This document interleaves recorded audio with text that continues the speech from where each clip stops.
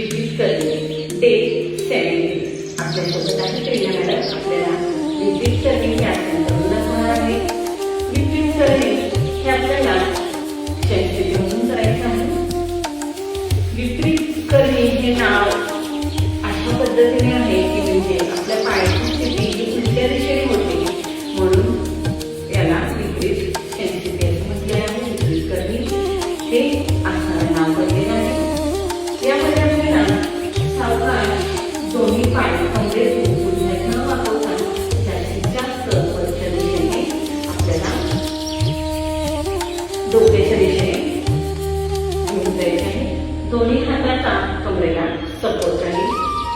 अशा पद्धतीने हे विपरीत करणे आसन करायचं आहे. यामध्ये आपल्या हनुवटी जी आहे कंठपामध्ये आपल्याला लागलेली दिसते आणि दोन्ही हातांचा सपोर्ट ठेवल्यामुळे पाठीच्या खाण्याला देखील आपल्याला पाहायला मिळते. सावकाश श्वास सोडत आपल्याला कमरेचा एक एक मणका टेकवत आपल्याला कंबर खालच्या दिशेने घेऊन जायचे आहे आणि सावकाश आपल्याला श्वास सोडत दोन्ही पाय व्यवस्थित ताणून ठेवायचे आहे.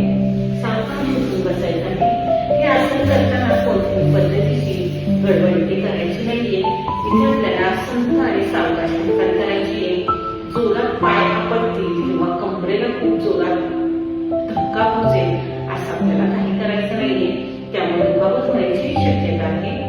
ह्या आसनाचे फायदे म्हणजे हे आसन केल्यामुळे आपल्याला आपली मानसिक स्थिती सुधारायला मदत होते.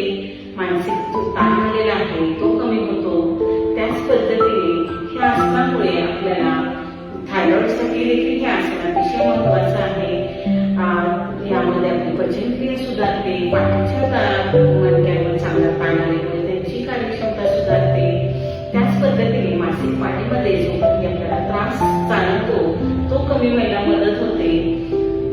गर्भवती स्त्रियांनी हे तज्ञांच्या मार्गदर्शनाखालीच करायचं आहे. त्याच पद्धतीने ज्यांना कोणाला मणक्याचे विकार आहे किंवा अलीकडेच काही सर्जरी झाली असेल तर तज्ञांच्या मार्गदर्शनाखालीच हे आसन करायचं आहे. यामुळे आपल्याला ज्यांना झोप लागत नाही त्यांच्यासाठी देखील हे अतिशय उपयुक्त असं आसन आहे. यामुळे आपल्याला झोप सुधारते. त्याच पद्धतीने जे काही तणाव आहे, स्ट्रेस आहे तो कमी व्हायला मदत होते. हे आसन त्या पद्धतीने पाहिलं गेलं तर खूपच आपल्याला फायदेशीर असं आहे. आपण करून पाहिलेलं आहे विपरीत करणे.